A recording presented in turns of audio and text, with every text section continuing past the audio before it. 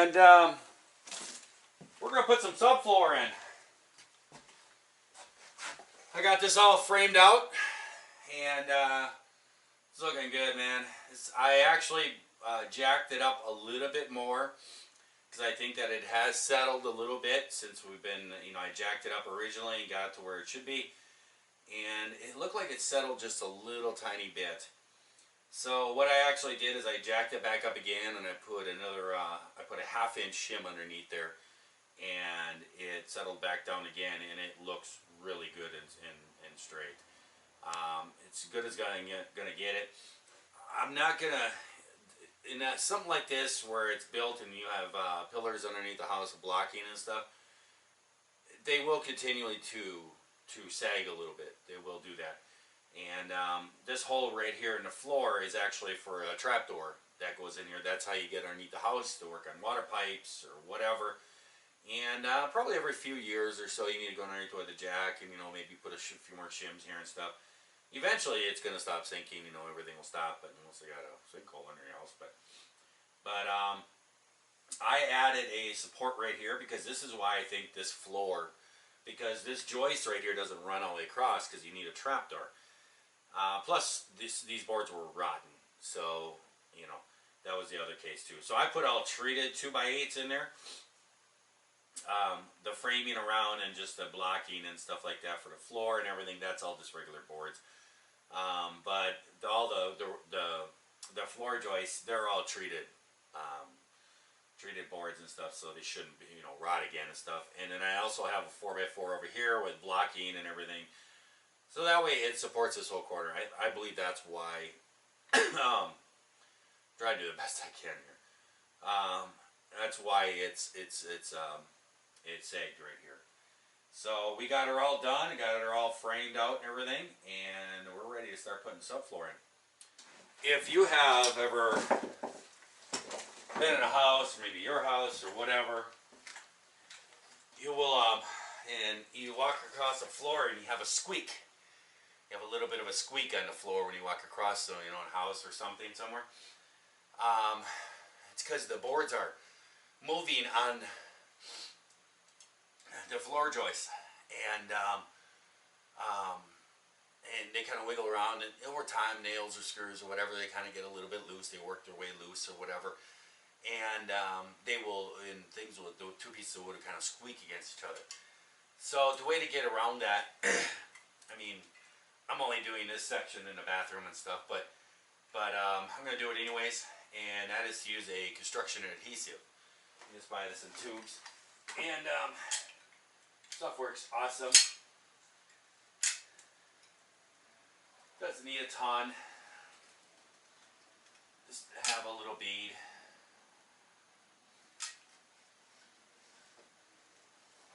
There we go. Just put a bead of construction adhesive down.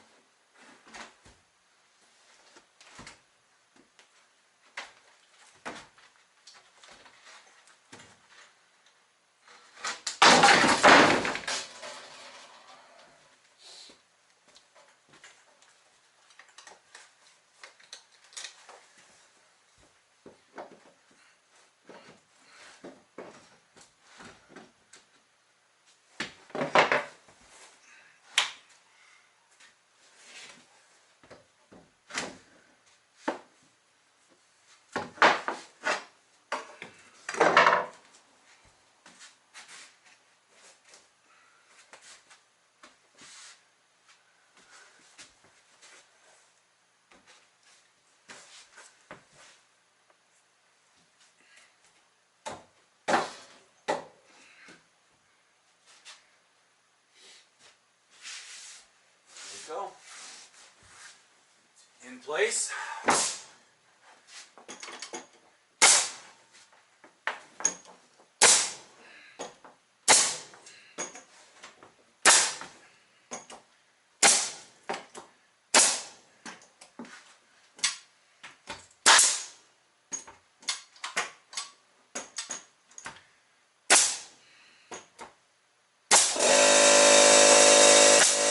There we go, floor back in here. Now I have to, I got to roll tar paper. I was about ready to say toilet paper. When you have a house with like a crawl space that there is moisture and stuff that is down there, a good thing to do to keep the warmth in the house is to actually put a tar paper layer in between the flooring and stuff, and that keeps the moisture, that keeps, you know, the cold and everything better.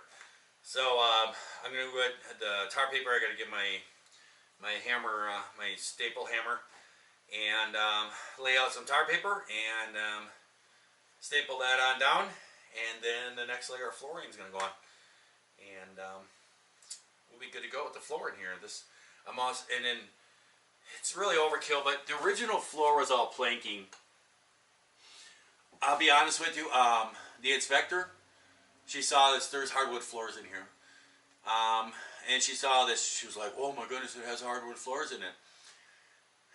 There is so many layers of crap on top of these hardwood floors, and so many nails and staples that have been shoved through here over the years. I would have to go get floor sand. It would take days and days of trying to scrape all this stuff off, get all the nails and screws out the best, and then a sander, and sitting here with a sanding machine, just sanding the floors down, trying to get it. It isn't worth it, guys. It really isn't. I mean, it's a little house up here in the UP. If it was like, you know, yeah, you know, a house that you're gonna live in for the rest of your life, yeah, I could see doing all that work, but in here, not. So this layer actually just matches up to the hardwood floors that's in there, and then they had put a 3/4 inch plywood over this floor already at one time with tar paper underneath there. So tar paper, put the other sheet of 3/4 inch plywood down on top of here, and then it's also going to get a 1/4 inch plywood put over the whole floor. And what that does is it levels everything. So when I put the new flooring on here, it has a great surface to it. I'm going to be putting, almost got a little sick there. I'm going to be putting a laminate hardwood floor type stuff in here. We were going to put linoleum in this room and the bathroom, but we decided to have the laminate flooring like I did in my boss's office. That's going to go into the dining area, but then she was like, boy, if we could continue that into the kitchen, it'd be nice. And I'm like, that's not hard. I can do that. You just come through the doorway and go off with it. So we're going to be doing that. So I'm going to actually put the laminate flooring in here too, and then we're just going to linoleum the bathroom. I thought about doing tile, but you know, the thing is, this house, you know, it moves around, you know.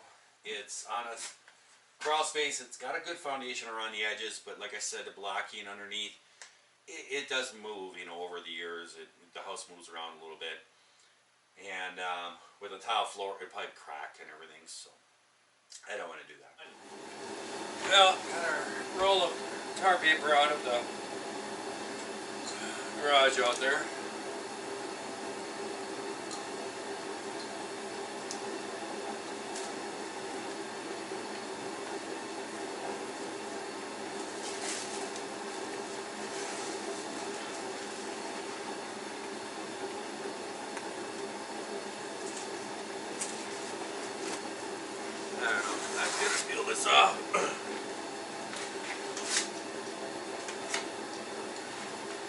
But it's gonna stay.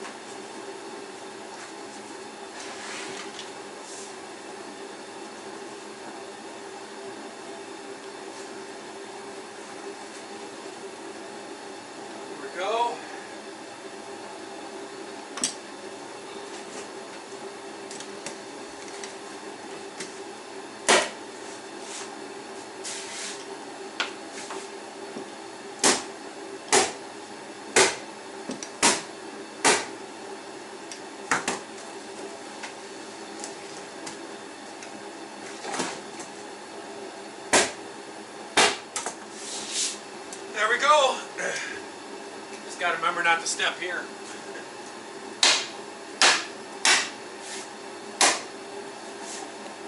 There's other people. Oh, out of staples. That was good timing. If you don't know what this is, it's a hammer stapler. It's just like a staple gun, except that you put the staples in, it just loads just like a staple gun. All you do is just hammer it, and it shoots a staple in there. It's got a little clip thing here that when you hit it down, it does that. You can also hit it with a hammer, but you just stick it, boom, staples in. That way you ain't squeezing. It's a lot faster. A lot of times, just what you use it for is tar paper, for like roofing and stuff. And usually you will not put a tar paper down like this at most houses and flooring stuff. This is being put down.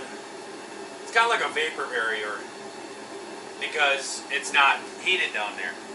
So this way it keeps any cold air from coming up through the floor. That's the main reason why. It's just a northern thing up in a cold climates. You do this. It's like a vapor barrier. Oh.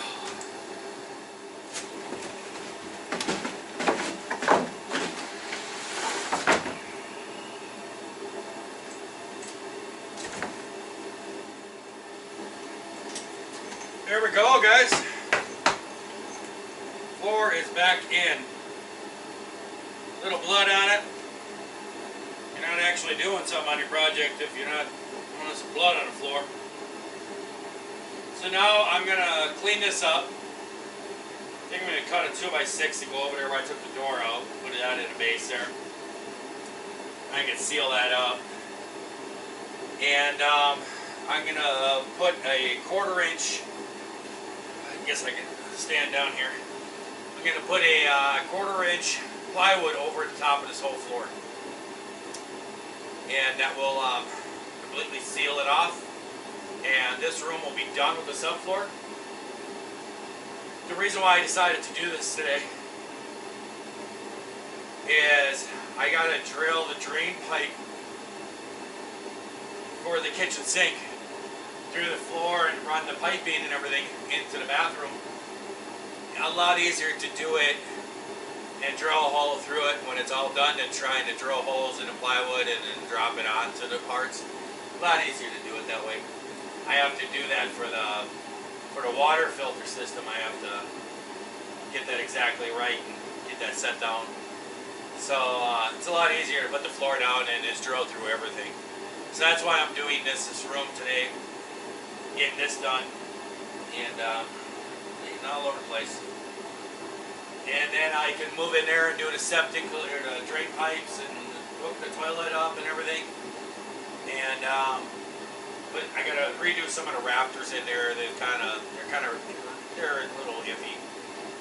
They're just not done right. So I'm gonna redo that, and then I can start putting a subfloor in there. Well, guys, we got that all framed over there by the door. We got a nice 2x6 down in there. Got some caulking around in there that I need to, but I'm going to use the foam spray along the edge there. So keeping it draft from coming up through there until next year until you get the siding done.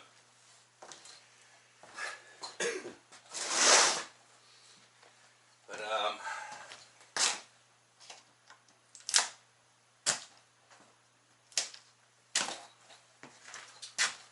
I got this 1/4 inch plywood. Putting this down. Got it all notched to fit in there.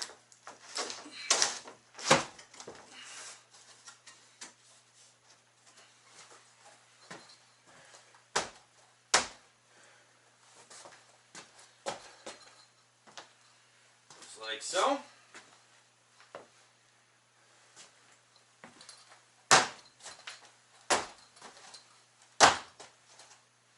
That'll work.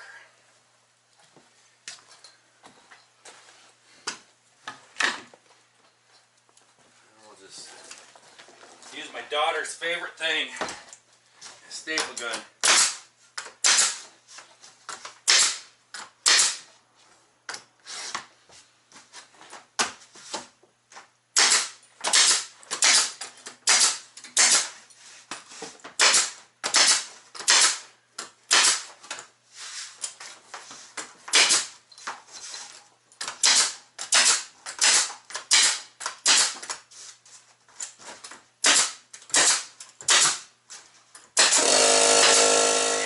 good now. So now, yeah, there's not need to go every ½ inch like that. It's not bowed up in between. When I put the next sheet down, if there's a little spot or something, I may shoot one in there and something, but it'll match up pretty good. You don't need to shoot that many. I mean, every 6-8 inches or so is fine. Along the edges, in the middle, just every once in a while. But now I just got to put the other sheets on here, and I got to put another sheet over here, and then it'll be one over here, and this room will be done with the flooring. This subfloor will be all installed, and then I'm going to jump onto putting the drain on. The drain will go right here. This is where the drain will be, about right in here. There's going to be a cabinet that's built here. And the drain for the kitchen sink will be right there. Right here's your hot and cold lines. That'll be run to it. And the drain will come up through here and drop down and go off in there and tie in with the bathroom drain. These hoses here are for a water filtration system that I bought. And it's going to sit right up here. This is hooked to the well. That's the line that goes directly to the well. This is going to be filtered water, come up, go into the filter, come out over here, and then feed the rest of the house. So it'll be all filtered water throughout the house. So I'm going to keep working and finish the subfloor. Well, there we go, guys. There is the floor in the kitchen. So now I can easily drill my hole through. Don't have to match up holes and everything. Drill my hole through the drain. Feed that into the bathroom and start working on the floor for the bathroom. And also the walls and stuff too. I kind of forgot, I put this drywall on here and I forgot to wire a switch up or an outlet box for mounting a light on top of the medicine cabinet, and I also forgot to frame in behind the drywall to make a frame to put the medicine cabinet in the wall, because it's one of those that gets put back in a wall. So I got to do that. I got to pull that back off, which is no problem. I got to pull that pipe for the propane off for the water heater. Anyways, I'll just pull the whole water heater off and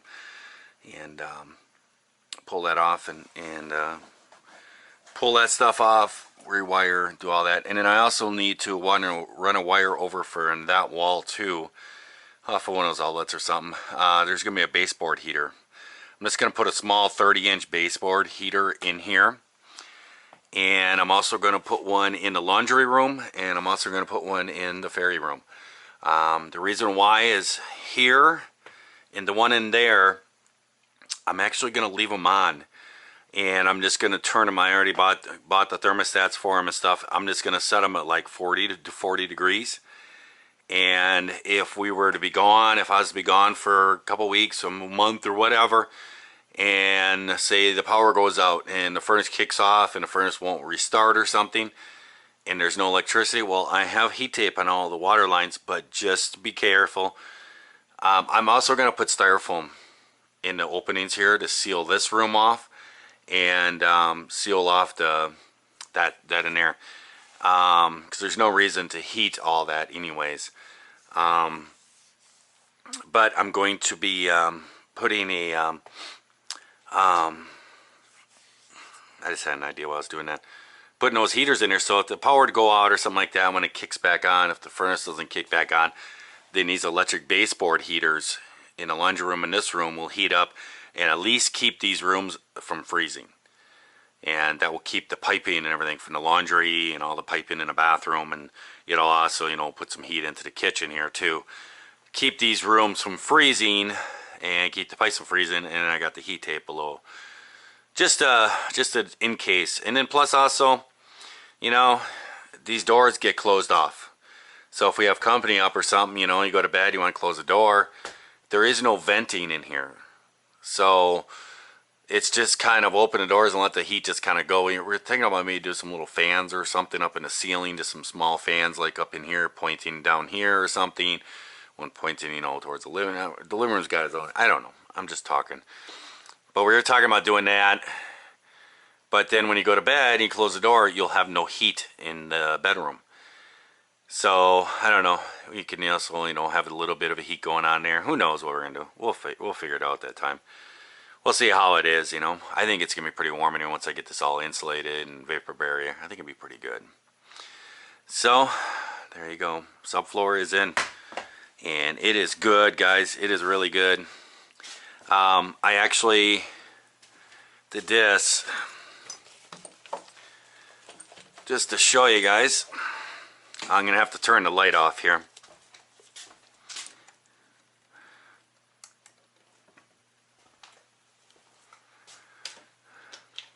But you can see my laser light here. So you can turn it. Okay, and we'll do it there. Right about there. And then see, you can put a tape measure down and put it down on the floor. And see, that's 47. And I know you guys can't read it, but you move it down here, 47. 47. 47. See, 47. You can read that one probably. But and then you can even, you can move it around the floor and everything, and check different spots and everything. Just to show you these things, it's made by Black & Decker. It's pretty cool. So you can use it. So you can turn it on the first button here, and see that's a straight line. Okay, that's a straight line. It projects it wherever throughout the whole room, and it will give you a spot. So if you have like drywall or something, if you mount this 4 feet up, and you want to start your first sheet at 4 feet, but you want to do your sheet to the top first, you could set this, put a screw in, set this light exactly 4 feet, and it will project the line all the way around. That way when you put drywall up, you just put it right up to your laser light. It will also do an up and down line. See? See how it wiggles around? See if I touch it, it wiggles? It's because it's on a little magnetic base thing that levels itself. So it will, once it calms down, boom, there's a level line. And then you can also turn it like this, which gives you up and down and across, horizontal and a vertical line. It's a pretty cool little contraption. It's worth the money. Really works out well for this.